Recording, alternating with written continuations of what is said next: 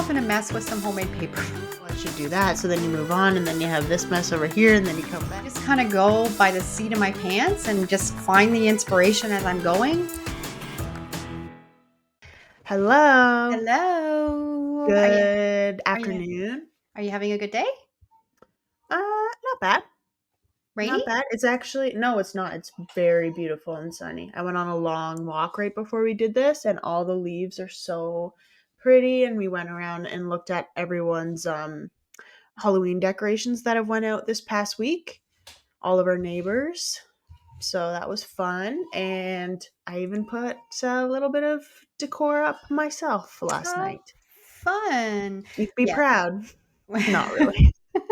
We got lots of people go so crazy sometimes with Halloween. I find actually people go more crazy with Halloween here than they do Christmas. It's just wild, some of the decorations. I think because it's fun, because Yeah. it's spooky and you can do kind of weird stuff, and so people get excited. Where maybe Christmas is a little more traditional, and you're like, oh, I'm just gonna put my Santa and reindeer up. But Yeah. like Halloween, you can have people like crawling out of the grass. Yeah. And we drove by one house today. We had to do a little bit of a road trip, and someone had, those great big huge skeletons from home. I think they're Home Depot. Yeah, they're like 12 feet tall. They had 3 of them in their front yard. That's hilarious. There's actually someone down the road from us that has I think it's like larger than 12 feet tall though, because it's huge. Mhm. But they put it up at Halloween, so it's like part of their spooky decor. But then they keep it up all season, and then they put a Santa hat on it for Christmas.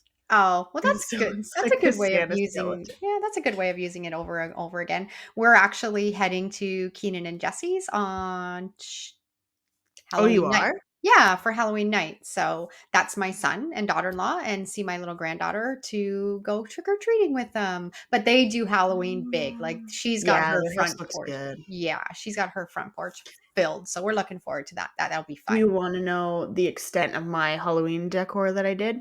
A pumpkin. Multiple pumpkins. Okay, that's good.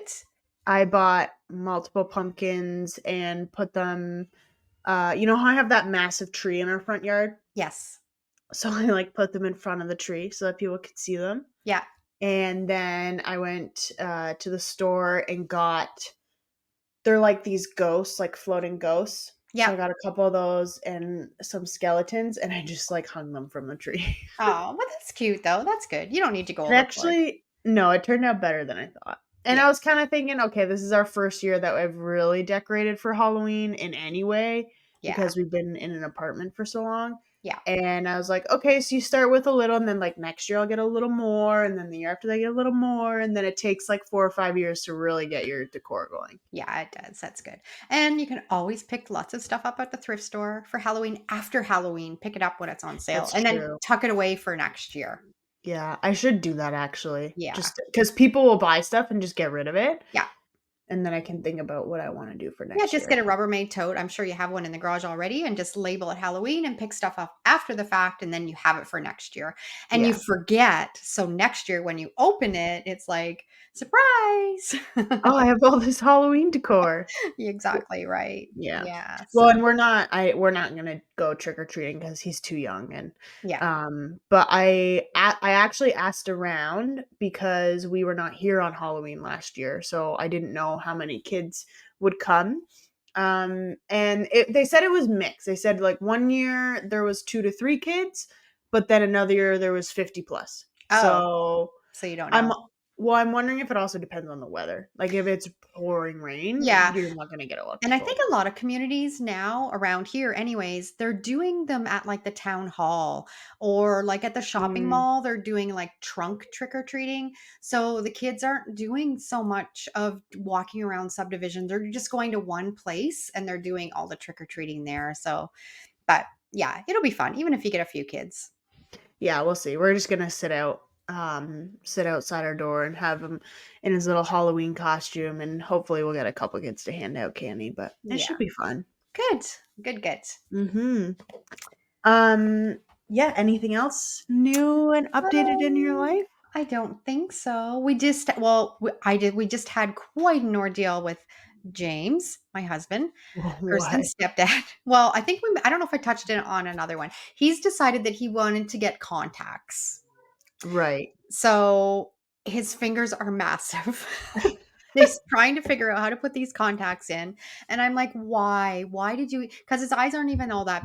I think his prescription is like 0.5. Like it's not even bad. But he decided that he needed contacts because he didn't want to take his glasses on and off. So he's got them and he's trying to figure out how to put them on and take them off and put them on. Well, he put them on yesterday and he's like, not sure if I've got it on right. And I'm like, I can't see because my eyes aren't all that great. I can't see. And he says, I think the contact's in. I'm not sure if I got it out. And I'm like, I don't see anything. It's probably fine. Don't worry about it. So he got up this morning and his eyes bugging him and he's rubbing it and it's getting red and he's putting drops in it. And he said, I don't know. I guess when I took that contact out, it must have gotten like irritated or something. And we're doing our running around today and we're driving home. And I see him fiddling with his eye. And then he pulls out this contact Ah! lens and it had gotten up underneath his Oh, eyelid and it had folded in half. ew. And Oh. and that's what was bugging him. So he slept with that in his eye And he all slept night? with it in his eye last night. And I'm like, dude, are you ready? You're not quite ready for that whole contact lens life. We're Let's not ready for that we're yet. not ready for that stage yet. So let's just put them aside for a few days. Let's just go back to wearing glasses when you need them.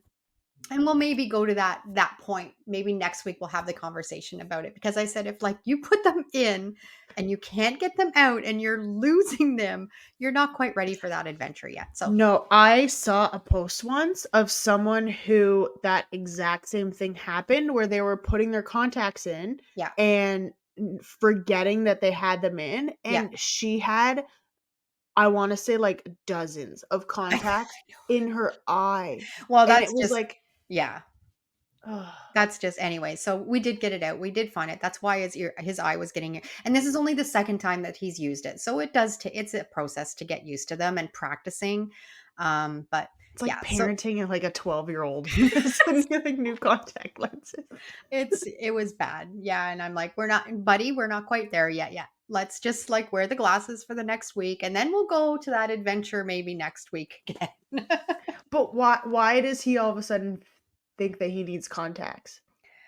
It is kind of a pain when he's working and taking them because he only needs them up close. So up and he's taking his glasses on and off all the time. Mm, I don't mhm. really know, but it has been a big adventure of trying to figure out how to use these and we'll get through it. Well, keep me updated on if you're able to successfully parent him to put his contacts in.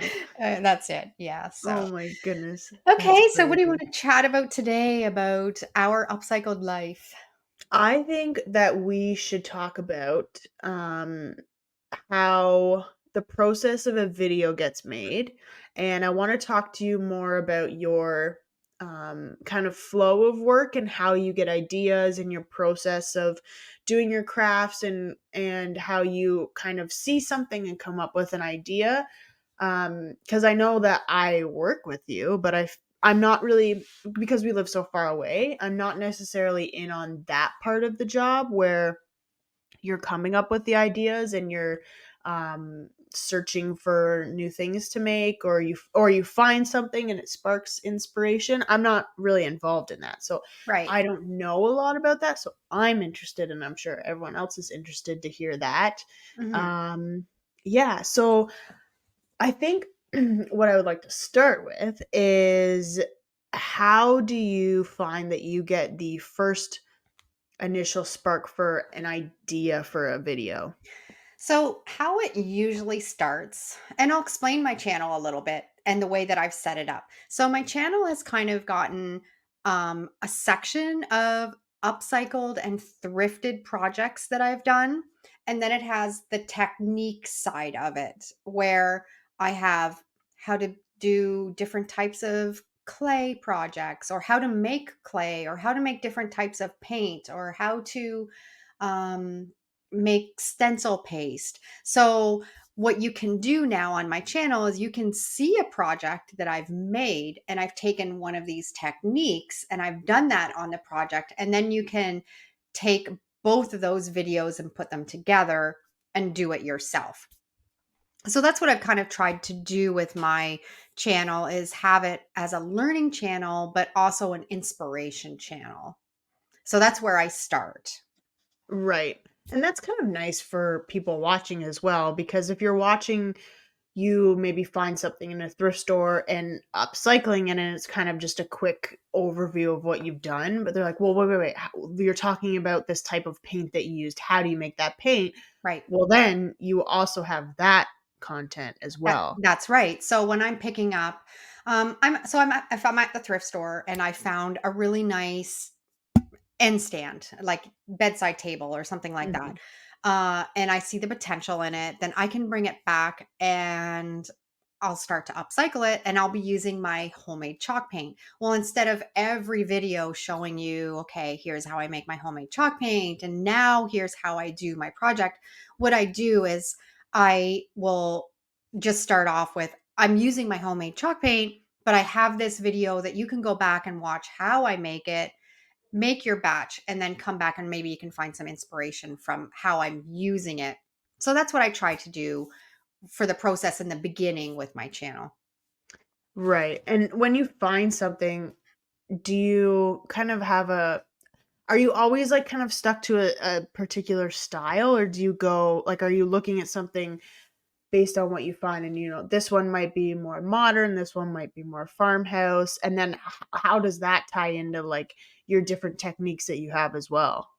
So I find as my channel's growing, I my style has kind of changed a little bit. When I first started, I was very farmhouse, very distressed, very like, I did a lot of my salt wash paint technique on my Mm, pieces, which would show through like 3 or 4 different layers of paint colors. So almost like you would find something in an old farmhouse that's had multiple layers of paint on it. I was trying to replicate that look with the salt wash paint technique. So that was yeah. kind of where my style started, was that very antique look on a modern piece of furniture to make it look old. I'm finding now I'm going more towards like modern farmhouse. So I'm not distressing as much. I'm still using the chalk paint all the time, but I'm maybe not distressing as much. I'm using more wood colors instead of painting everything. I'm leaving some wood aspects to projects. Like I just did a dresser where I painted the bottom half white with my homemade white chalk paint. I didn't distress it at all, but then I refinished the top and left it the wood color. Oh, I And it kind was of sure like that actually, that actually. one just went up last week. That was a really nice, it was like I turned it into an end table beside our bed. So I think that's not really like true farmhouse. It's more like modern farmhouse that I've kind of done with that. But yeah, I don't know. And it really, I go into a thrift store and I don't sometimes even know what I'm really looking for. I just have something that will catch my eye and I'm like, "Oh, I think I can do something with that. I think I can." And even before I even start working on it, a lot of times I'm sanding it down or I'm prepping it and I still don't know what I'm going to do with it. I just kind of go by the seat of my pants and just find the inspiration as I'm going. And usually I love the way that it turns out. And is there anything that you look to when you're kind of stumped on something? Like you said, you're sanding it down and you're not really sure what you're going to do. If you're stuck, like where do you go to find inspiration if you don't know right away what you're going to make? 100% Pinterest. Yeah. I love Pinterest and I have my whole Pinterest account is full of inspiration of different things that I've found, and might not be that exact project, but it's like that look that I'm trying to find. So, yeah, that's my main go-to, is to go to Pinterest, find some inspiration. I'll just go and I'll type in vintage nightstand, upcycle, and you're gonna find something. And you might even find some inspiration for like, everything doesn't have to be white and wood. Like you can find inspiration for colored stuff or how somebody has styled it in the room after they've done it, which I love too. I mean, you do this piece and then what do you do with it? How do you style it? So Pinterest is fantastic for that. Yeah. And I think decor is turning in a way away from that super white modern look and this very rustic farmhouse as well, where people are incorporating a lot more color into their decor, and I know I am as well. Like, I really like kind of like the greens and the yellows, like muted green and yellow, but Yeah. even myself, I'm kind of turning more towards that. And it also makes it more fun, I think, because then you can be a lot more personal with your decor when you're doing that. Yeah, and I love, like, that mustard yellow color. Yeah. Oh, Uh, look at look at behind you. exactly. Yeah, exactly. Teal, I love that warm teal color. I do a lot of that. And I just love when you go into a room and you might not have I don't like when your whole room is a color, one continuous color, but I love a pop of color. So you might have you walk into a kitchen and you've got white cupboards, but then I love the pop of like a teal cabinet or like the Mm, mustard yellow cabinet and just doing pops and stuff like that. But I definitely go to Pinterest when I'm looking for inspiration. yeah. I do the same thing. I mean, when I made my nursery, which I basically just finished now, which honestly is a tip for any new mom. Your baby is not going to sleep in that nursery for like minimum 6 months. So there's So no rush. don't worry about it because don't think that you need to have a perfect nursery when that baby comes home. Our nursery had a futon in it that people were sleeping on, and that was basically it. And Bodhi was in your bedroom. And he was in our bedroom. So don't worry about making the perfect nursery when the day that baby comes home because it's just not realistic. No. But that being said, I just basically finished our nursery. And also, it's helpful because now that he's 9 months and he's actually sleeping in it and it's going to be his room, Yeah. you know more of what you need to have in that room. So it's And actually helpful to wait. yeah, and you know more of his personality and then you can, spin that into the room too. And Yeah, and I had this whole idea for the nursery where, when we moved into the house, because we live in a beach town, a beachy, it's right on the ocean, so in our house, you can see it's kind of like that blue-gray, so it lends itself to kind of that, what was the like boho beach is like yeah. what I was putting into Pinterest when we moved into our house. Yeah.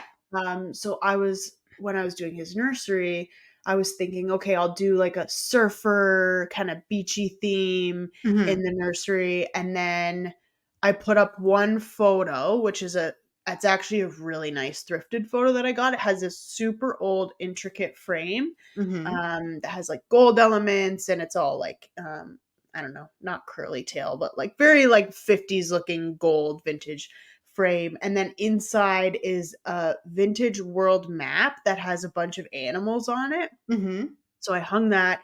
And then my husband found this massive antler when he was in Wyoming. And I want to say it's an elk, maybe. I don't know. It's like, Caribou, elk, I think yeah. anyways, it's huge. So I put that above the picture. So I'm like, oh, these are like kind of cute for nursery. And immediately my whole nursery vibe changed from that boho surfer to like forest. Yeah. So now his whole nursery, it's actually really cute. I got all Yeah. these like stickers that are like pine tree forest with animals like bears and deer and whatever. And so it's very Pacific Northwest, but it totally changed. And then how I kind of found a lot of the inspiration for that was Pinterest. I went on and Yeah. just did like woodland nursery ideas and like everything came up. So Yeah, no, it's yeah, fantastic. If you're looking for inspiration for anything, yeah, that's the best place to go for that kind of stuff. for sure. Yeah. And are when you are doing a new project or a new idea, are you thinking more about what people you think want to see, or are you thinking more about your own personal style, or are you kind of doing a little bit of both? Um, I think what I'm doing is what people would probably want to learn and want to see.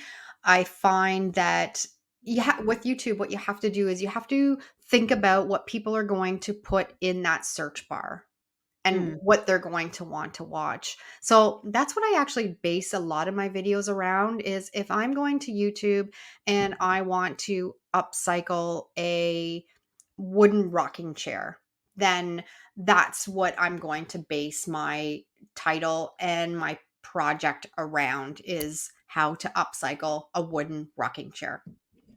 yeah.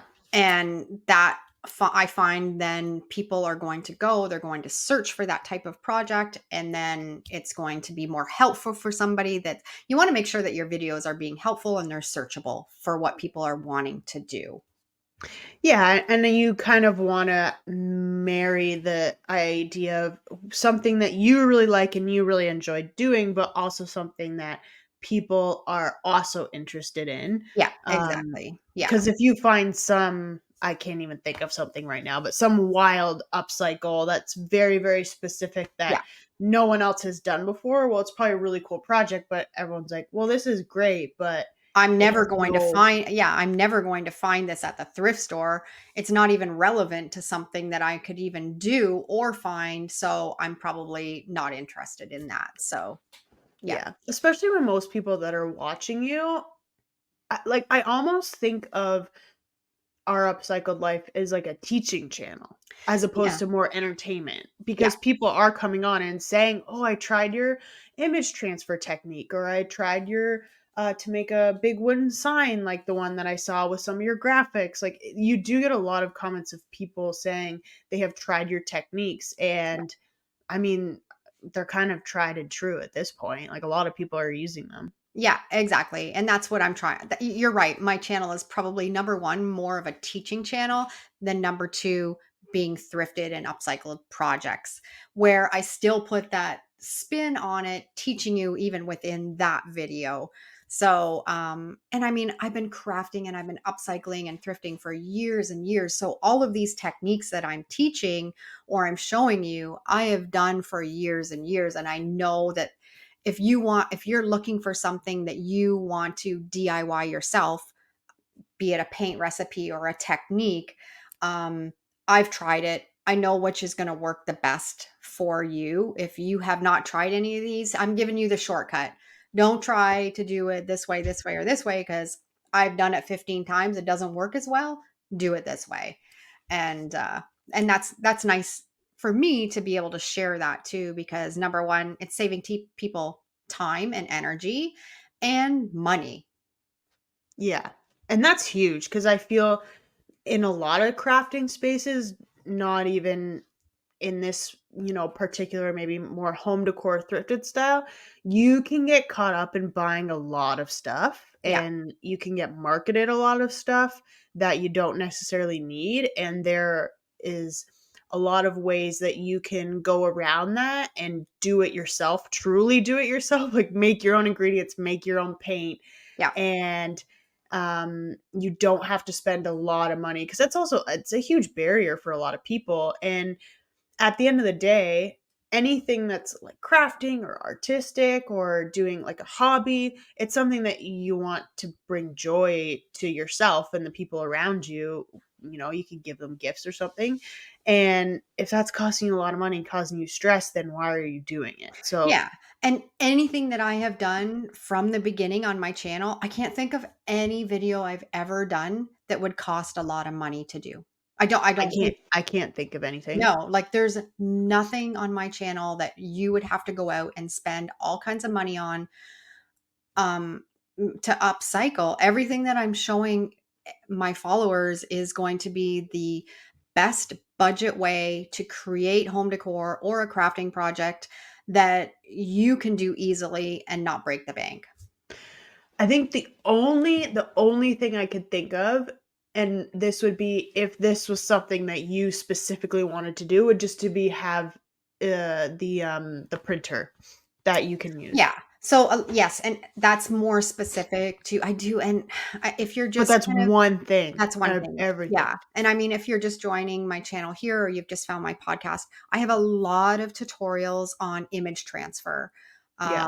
and how to do that again on a budget. And the main requirement for that works the best as to have a laser printer. You Mhm. can get away with an inkjet printer, but the laser printer does work the best.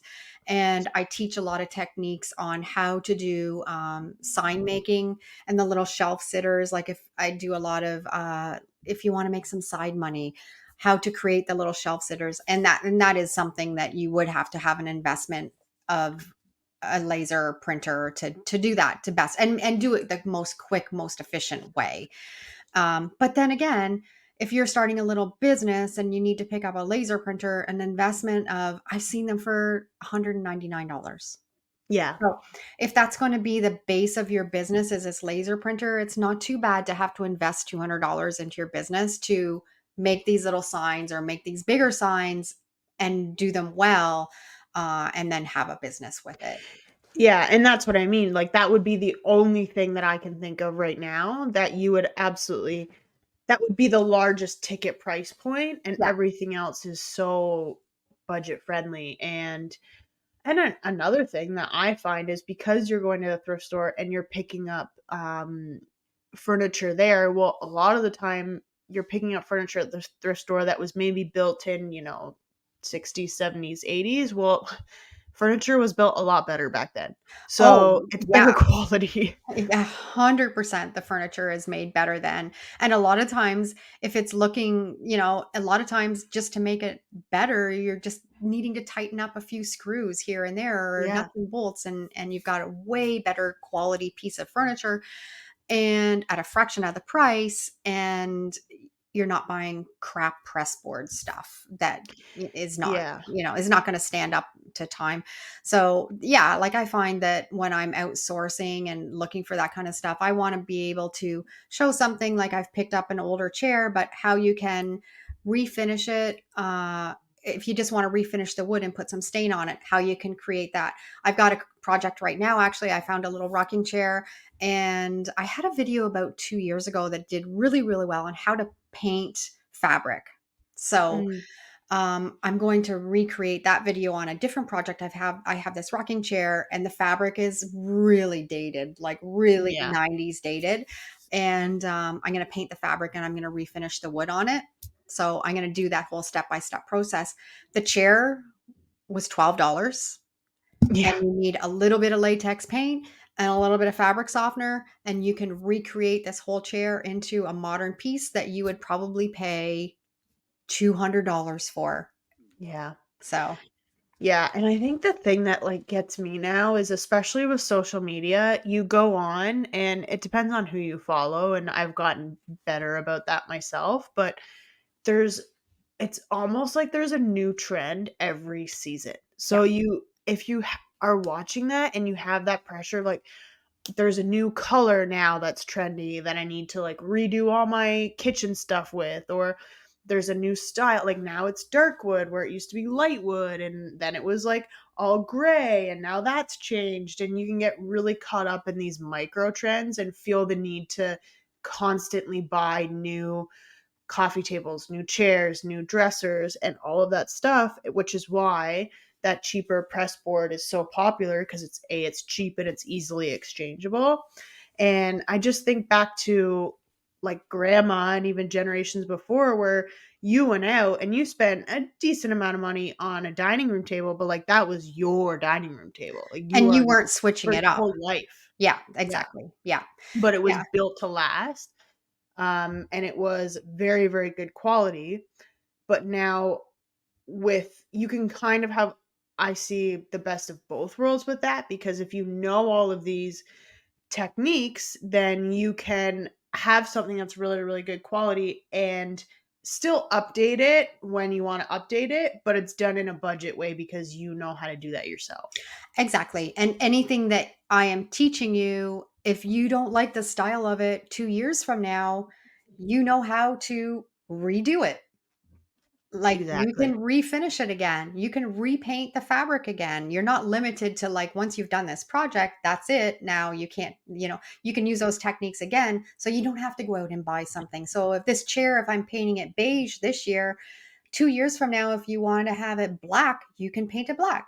And go with those trends and change your style. But yeah, there's so many of these things that you can do, that people can do so much more on a budget just by going out and thrifting and marketplace and looking for things that you don't have to buy all of that cheap stuff. Yeah, and it's hard. Like I get it. Like it's some people just don't have time and so it's hard when all of these things are being thrown at you that, oh, this looks really nice. And, for $150, I can get a new dresser. And I've done that 100% for sure.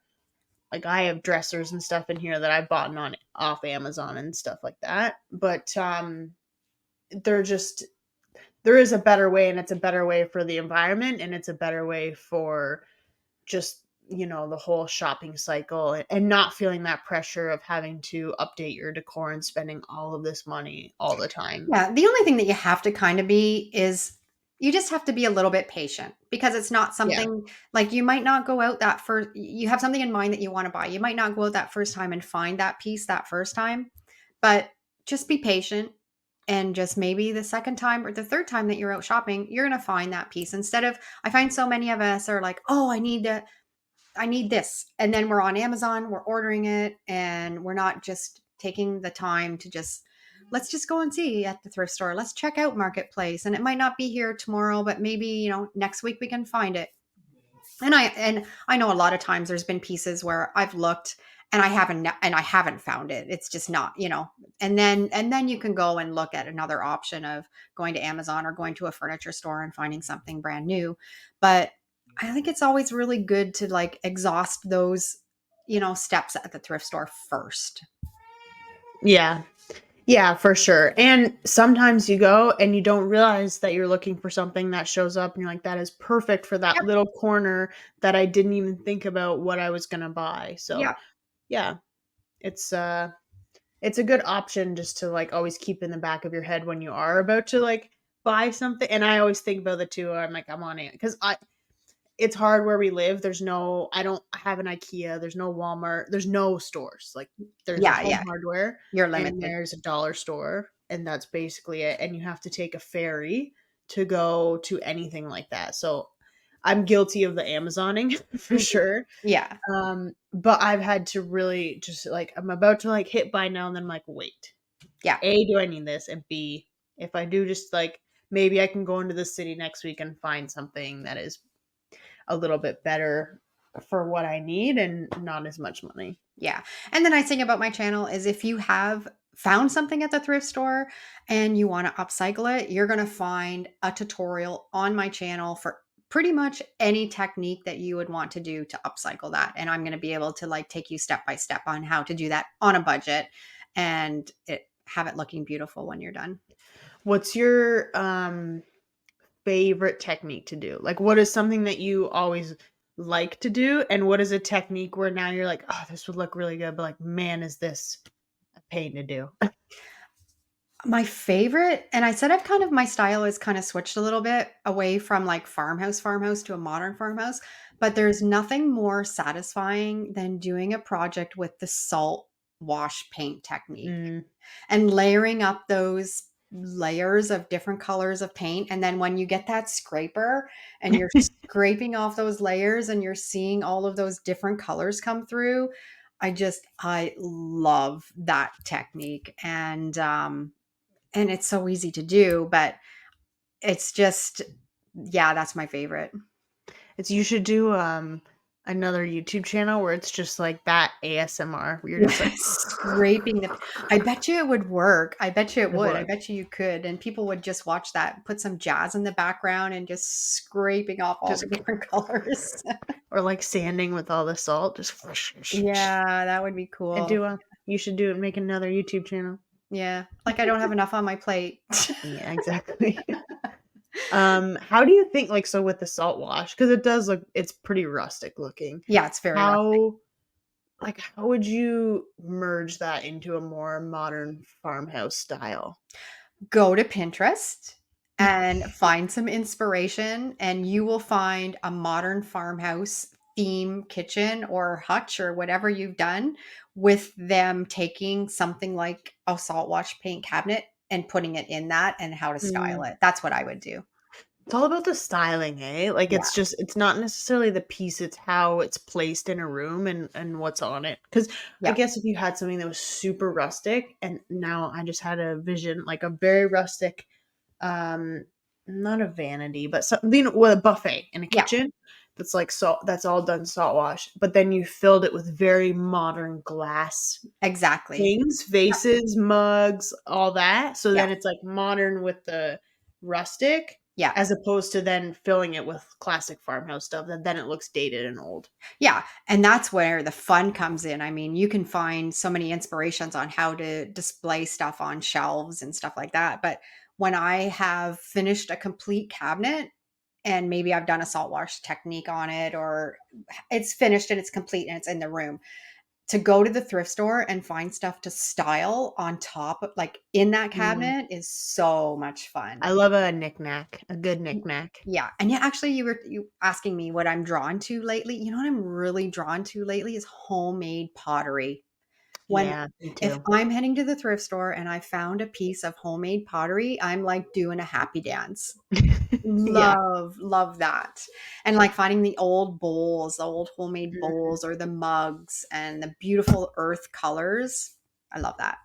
I actually went to a thrift store, I was a couple weeks ago at this point, but I found 3 or 4 mugs and a little kinda ring tray Mm, that someone had made because I flipped it over and on the bottom, it just was like, looks like someone took a toothpick and just wrote their name. yeah, yeah, And I use, like, it was a big mug with, like, a big handle, and now it's, like, my coffee mug every morning because it's yeah, perfect for a big latte that I make, yeah. and yeah, it was, like, a dollar No, 50. you can find so many beautiful, yeah, so many beautiful pieces. And again, it's just the hunt, right? You're going and you're might not find something this trip, but the next trip you go, you're going to find some gorgeous stuff. So, yeah.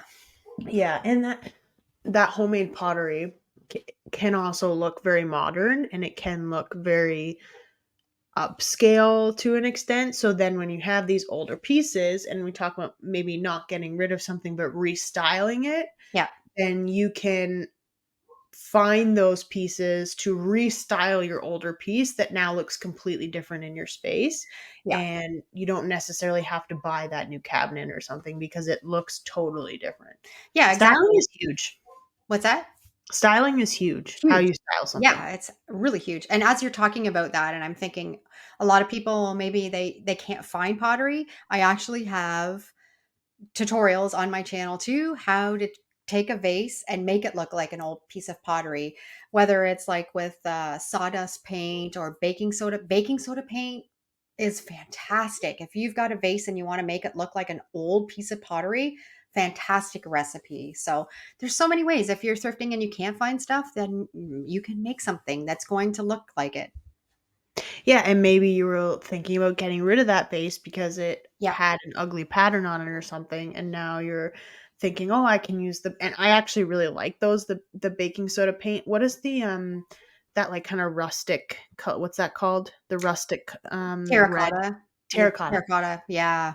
Like, I really like that, and I think that that looks instantly elevated when you do it, So, and yeah, and I've seen people do so they do the baking soda, or I have done the baking soda paint recipe on like a plant pot. And mm, then what you can do is you can take some Mod Podge, or I've actually seen people use spray adhesive or hairspray. So you let your baking soda paint dry, and then you give it a light coat of either hairspray or, like I said, the spray adhesive or even a little bit of Mod Podge, and you sprinkle flour on it. And then oh, it gives that look of, you know how when you find clay pots and it has that oxidized look, that white mm. kind of look? And that's how you can recreate that too. So spray a little bit of hairspray on it, sprinkle the flour in it, and you're going to get that look. Whoa, you can do anything. You can do anything. I And know. I would never think about back when you were crafting, like, in the 90s and early 2000s, Mhm. where did you get ideas then? Because you didn't have YouTube. No, but you know what we did have was magazines. That was Mm. a big inspiration. I remember back in the '90s, it was called the Country Sampler, and Oh, we I would actually remember those, you remember like, those seeing laying those. around? I Yeah. know, and we would wait, like, I think there was one that came out every month, and we would wait, like, I would wait for that to come out, and then you'd just go through it with a fine tooth comb and you'd see how they had styled the room, and then you would go, and we still went thrifting and did stuff like that, but that's where a lot of the inspiration Mhm. came from, was magazines. So what was your style back then? Oh, '90s. Remember the borders, the wallpaper borders? Yes. In, Yeah. like, the middle of the In wall. the middle of the wall, like, Made no randomly, like sense. a Yeah. border in the middle of the wall. A lot And of dusty burgundy everywhere. Yeah, a lot of dusty rows, yeah, it and a lot of that's coming back in style. You're seeing a lot of that '90s stuff coming back and the Like, colors. what's coming back? Just the That colors? dusty rose color. Oh, yeah, that's true. Yeah, that's coming back. That was huge. And I remember, like, the big thing was, like, the wallpaper borders, but also, like, full wallpaper. Like, not just a focal wall, like, all the walls in a room had wallpaper on them. Yeah, remember taking that wallpaper off? That's why no one did it for a while. That was I remember our one house where we had put up it was like a sunflower wallpaper, wasn't it? Oh, I'm remembering this now. Yeah, Grandpa Ken's house. And we had Oh, yes, Yeah, yes. and it was in the kitchen, and it was like a half wallpaper and then a border, and I scraped we were trying to take it down because it had gotten dated, and I scraped and scraped to try to get off. I tried the fabric softener trick, I tried the steaming trick. I was weeks trying to get that wallpaper off. Yeah, and then you're like, "No more wallpaper ever again." No, and now I'm back into the wallpaper. I like a nice focal wall with wallpaper. But it's different because now they have that wallpaper that just sticks, like, you can just and Peel and it stick. peels right off, yeah, Yeah, you're like not that wallpaper we were plastering like, using. gluing the wallpaper to your wall. Yeah, we were putting it through the tray, through the wallpaper paste, and then, yeah, it was nasty. Yeah, not fun. So No. definitely, yeah, but you're right, you are right, a lot of that '90s stuff is coming back, I think just not as overwhelming as it was. No, and remember the other thing I'm having visions now of, like, decor that we had from the '90s. Everything had was wooden with the hearts cut out of it. Yes. Mhm. And now what I'm finding is people are asking for inspiration on how to cover up those hearts and, how to cover up the hearts and how to make it look like it's not '90s. But then I saw a huge creator on Instagram the other day, I think it was. She's a huge following and she does a lot of like what I thrifted and how I styled it. And she found one of these wooden um, shelves with hearts all along the bottom, and she left it as is. And she styled it with a beautiful plant and books. And I'm like, that's not so bad. The hearts aren't so But bad. that's what I mean, it's in the styling. It's Yeah, not necessar like, if you had that and you styled it '90s, then people would walk in and be like, "Oh, you haven't updated your house in a while." yeah, But if you style it with modern things or yeah. things that you kind of like now, then it's gonna look totally different and you can make it fit. Exactly. And you're going to go to Pinterest and find inspiration and then go to the thrift store to see what you're looking for or to find. And then you can come and you can do paint techniques to create those projects. And then you've got a beautiful styled shelf. This whole podcast episode is just an ad for Pinterest. Just Basically. kidding, they're not paying us, but Just basically. basically. I love Pinterest though. Yeah. I know. I do it for, like, clothes and hair and everything. Yeah. Outfits. Yeah, yeah, I do outfits a lot. There's huge creators out there on Pinterest for how to style because my style's awful. I look like most of the time I look like I'm ready to go to base camp and I'm to hang out Yeah, with a you just wear Sherpa. outdoor clothing all the time. It I looks like know. you're, like, gonna climb Mount I Everest. know, but it's comfy. But there's some really great creators there that women over 40, how to style your clothes for women over 40 or over 50. Some great I inspiration was there. gonna say over 40? Over 50. It's the same Over thing. 50. It's the same No. thing. Uh, What was your biggest DIY fail? I can't actually really think of a huge fail because usually I know halfway through the project that I don't like the way that it's looking and I just turn it and just put a different spin on it. So I can't really think of anything where I would have. The only thing I can think of is if maybe like I've painted some glass jars or something and I don't like the color of them afterwards and then I just soak them, take the paint off and start again. I can't really think of anything like really big DIY fail. It's Can a you big, think of like, any that I've cab told you? yeah, like, a big, like, cabinet is coming to my mind that ended up, like, not. I don't know. I can't think of the exact one that it would have been. Yeah, I don't know. And it would all probably honestly just be like the paint color was like horrid and like we're going back Yeah. to like square one and we're gonna pick a different paint. Actually, I'll tell you, I do have a fail. I do have a fail. I knew there was 100%. gonna be one. And and it's in a video. Is it? Yes, 100%. And I'd forgotten all about it. So we're going back to my how to paint fabric. Mhm. And I have a kitchen table and chairs at the log cabin.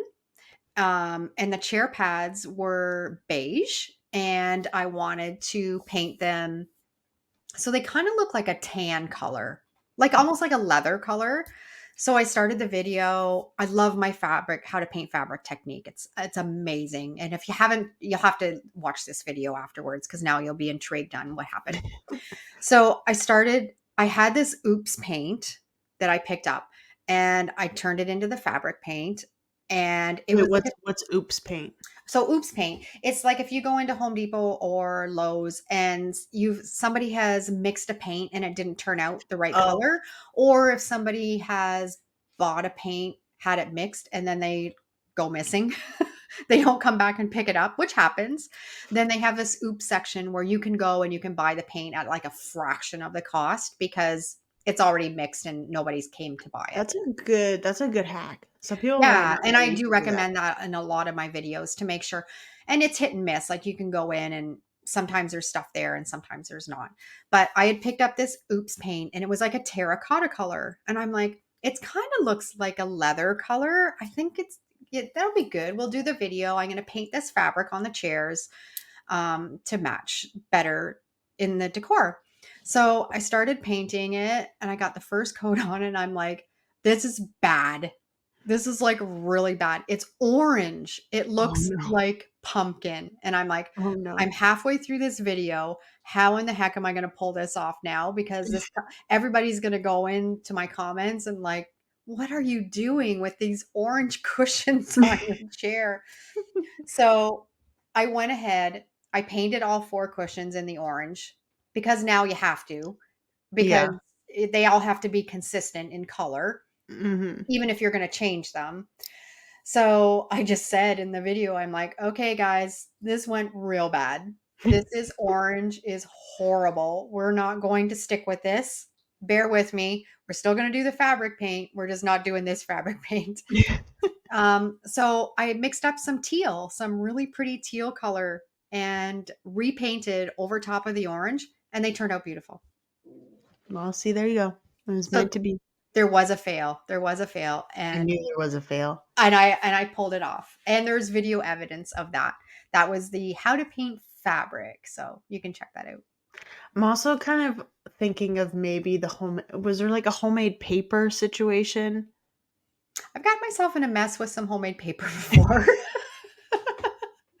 There might have been some homemade paper blow ups. I Seems like a actually lot of tried work. to make I because I have my craft room here that I work in is very, very small, and I decided I wanted to make some homemade paper, which can be messy if you don't have the proper setup. So I Mhm. had made a batch of homemade paper and then realized that it was too cold to take the paper out because you have to dry it. You have to hang it up and dry it. Mhm. That I didn't really have the weather outside to do that. So I started laying all this paper out on my floor and everywhere in my craft room. And I had paper everywhere to let it dry. And then, of Like course, you have soaking wet paper. soaking. Well, it's not soaking wet, but it's a mess. It's yeah, and I had it like laid on chairs and on my table, and yeah, but it dried beautiful, and I had wonderful paper from scrap that would have otherwise went into the garbage. But yeah, True. there's a Well, lot of mess that goes on behind the scenes. yeah, maybe not so much fails, just, messiness. Yes, and exactly, not so much fails. I have a mission and I know what I need to accomplish. It's just when I'm filming stuff, just like you can't see if you're watching it. I'm just shoving stuff to the side while I'm doing it.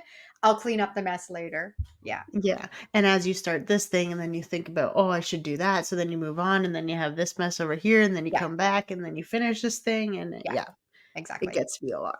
Yeah, exactly. That's funny. Yeah.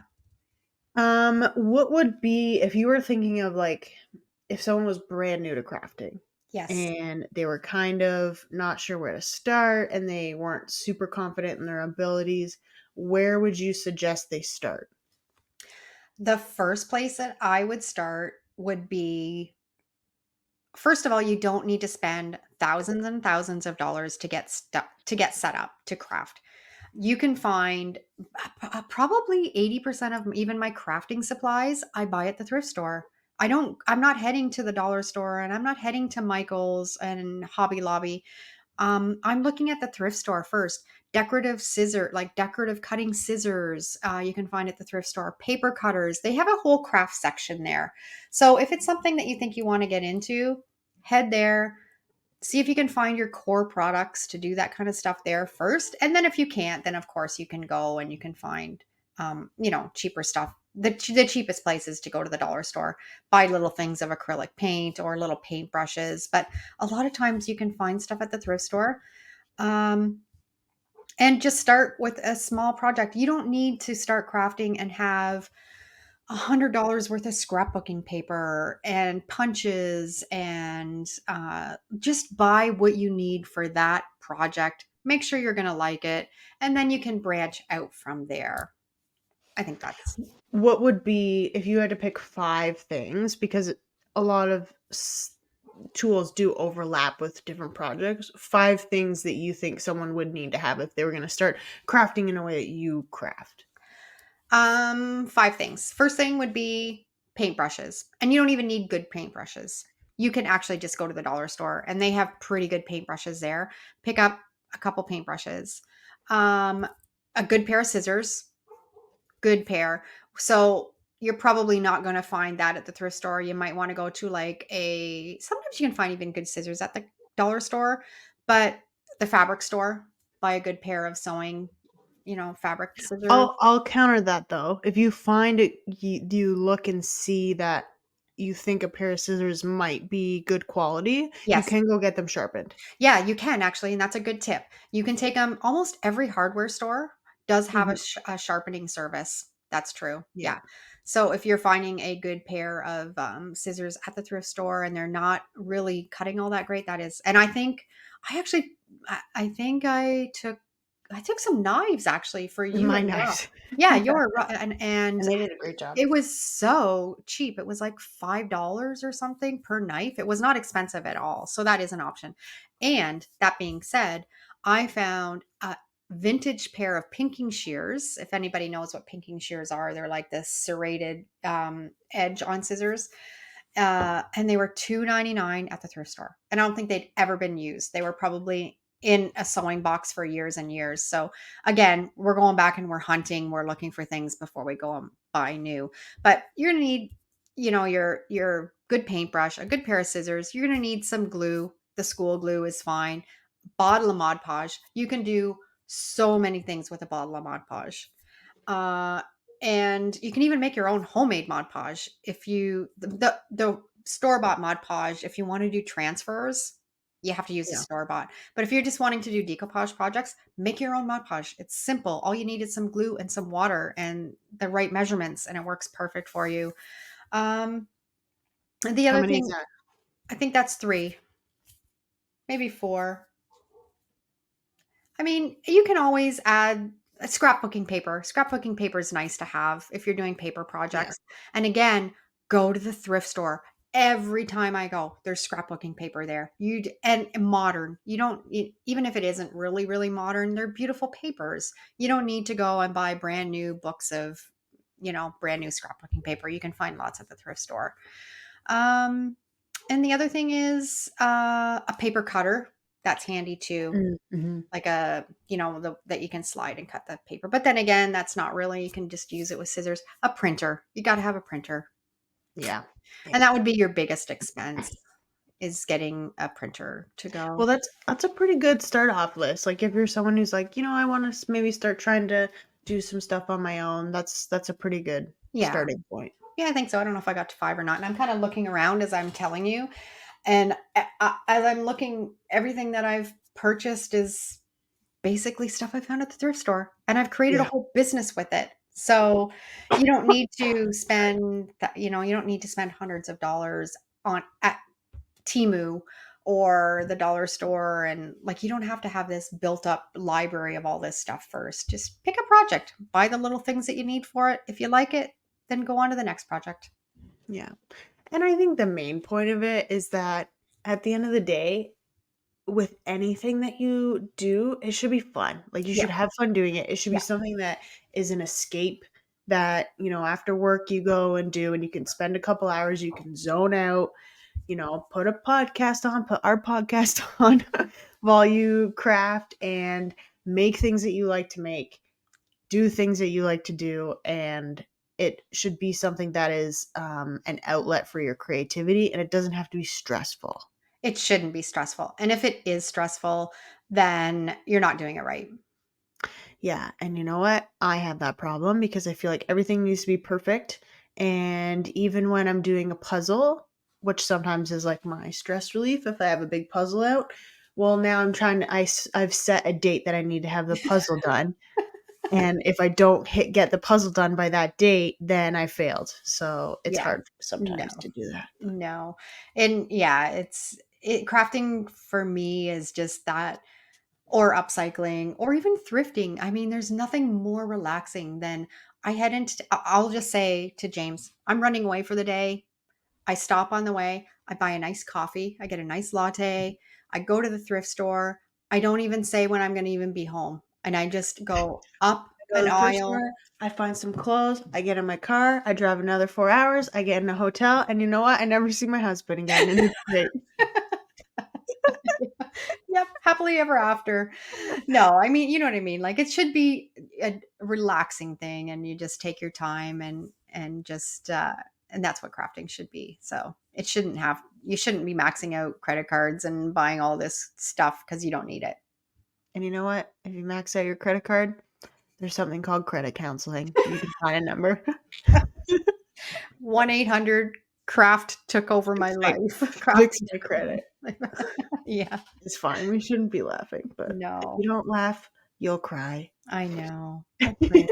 No crying here. Just fun stuff. No crying in baseball, there's no crying in crafting. No. No, of course not. No. Maybe a little bit. Yes. I do have one issue when I'm crafting though. What? Well, my issue is I can't craft with other people because I don't craft nicely. That's like me in board games. I'm not allowed to go to board game nights anymore. I Too can I know competitive. I'm really good at teaching, like video wise, but put me in a room with people that are crafting and then not have me critique is bad. Like I So basically hover. what you're saying is we can never do like an our upcycled life retreat. Well, you would have to go under the understanding that I'd be hovering very hard. That's like me when I'm cooking though. I hate people being in the kitchen with me. It drives me nuts. It's like, "Okay, move out of the way. I'll do this for you." That's what Yeah. yeah, so I saw there was an Instagram post that was like so just it like hit every note of how I feel when someone comes into my kitchen.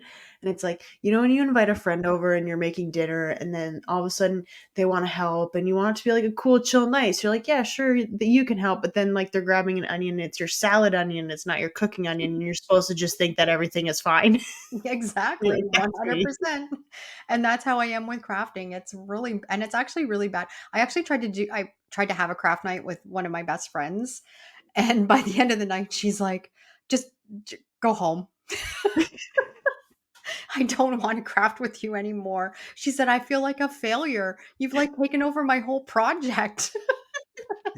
I know it's so now I know where I get it It from. was all in fun and we laughed about it and yeah, but yeah. It is hard though. Like it's hard to set aside what you think that should be happening Yeah. when the process is just it's not the end result, it's the process of getting there. But Exactly. Yeah. yeah, it is hard. Yeah. So I do that with Rob too when I cook because I'm like, he if we have a night where he's like, let's just, make something together, which doesn't happen anymore now that we have a baby, but like he'll be doing something and I'll be like, This is so bad. And I'm like, but do you not understand that I want it to taste good? And he's like, it's just about, having the night together. I'm like, no, but I don't want to have a shitty dinner.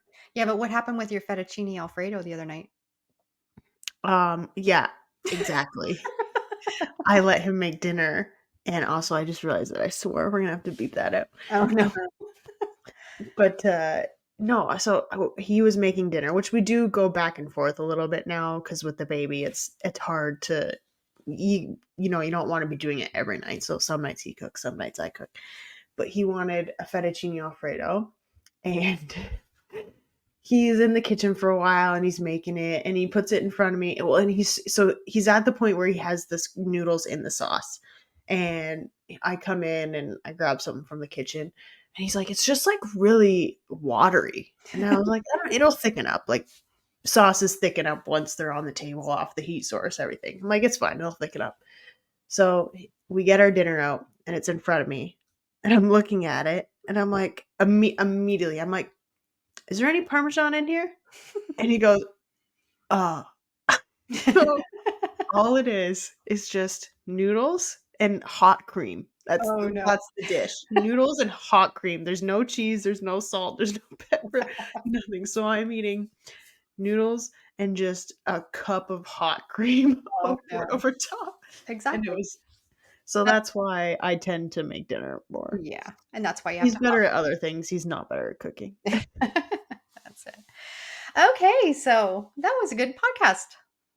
Yeah, I hopefully people maybe learn some stuff Yeah. about crafting and about your kind of journey. You know Yeah. what I notice in this podcast big time What? is our Canadian accents a lot. Really? Yeah, I don't see, I I'm don't just notice so it. tuned into it now because of like the acting and having to fix stuff because I tend to, when you're in Vancouver, you audition for stuff that's in the US, so you have to change your Canadian accent. Yeah, yeah. And so many about About. Yeah. I guess I don't pay so attention many. to it, but if you're listening and you think we sound very Canadian, then I don't care, we're Canadian. Don't comment that we have weird accents. A, okay? A. Eh? Okay. That's the one thing maybe as we do more podcasts, people will realize that maybe I'm a little more Yeah. Yeah, I have a hard sassier. time. I have a hard time shaking. I have a big accent. Yeah, mine's went away a little bit since we went to Vancouver, but I can if I'm home for a while, Yeah. it comes back. It Like comes I come back. home and my like people who are from Vancouver will be like, "What's happening with your voice?" Because I'm like, "Yeah, I was just going down the road and I was thinking about having some friends and oh, I know, it's just it's a lot. It's a lot." And they're like, "What? What are you talking about? Like, what is going on?" I'm like, "Oh, well, I Yeah. was with my mom and my stepdad." I was hanging out with my mom and my brother and yeah. We're just having some beer and maybe thinking about going to the store and Can you grab me yeah, a Timmy's? eh? Can you grab me a You can grab some Timmy's? cheese. Oh, It's it's not that bad. it's pretty bad. It's It's pretty pretty bad. bad. Like it's pretty bad where it's noticeable. Like people notice when I've been home for a while. Yeah. Oh, well. Okay. Well, I hope everybody enjoyed this episode. And if you're interested, we have a graphics club over on Patreon. If you want to try out that new laser printer that you're going to grab, you can grab some of my graphics and sign up. It's a monthly subscription. I have a library on my website full of graphics that you can instantly download, craft with right away, and try out some of those crafting techniques. And that link will be down in the description, or you can just Google Our Upcycled Life and find details there. And if you want to listen to more episodes on the podcast, we are uploading the episodes every week to YouTube. And so you will have access to a video and an audio version on YouTube. The podcasts are also available anywhere you listen to podcasts. So just again, search Our Upcycled Life and they will come up. Perfect. All right. Let's wrap it up. Bye. I love you. Love you Bye. too.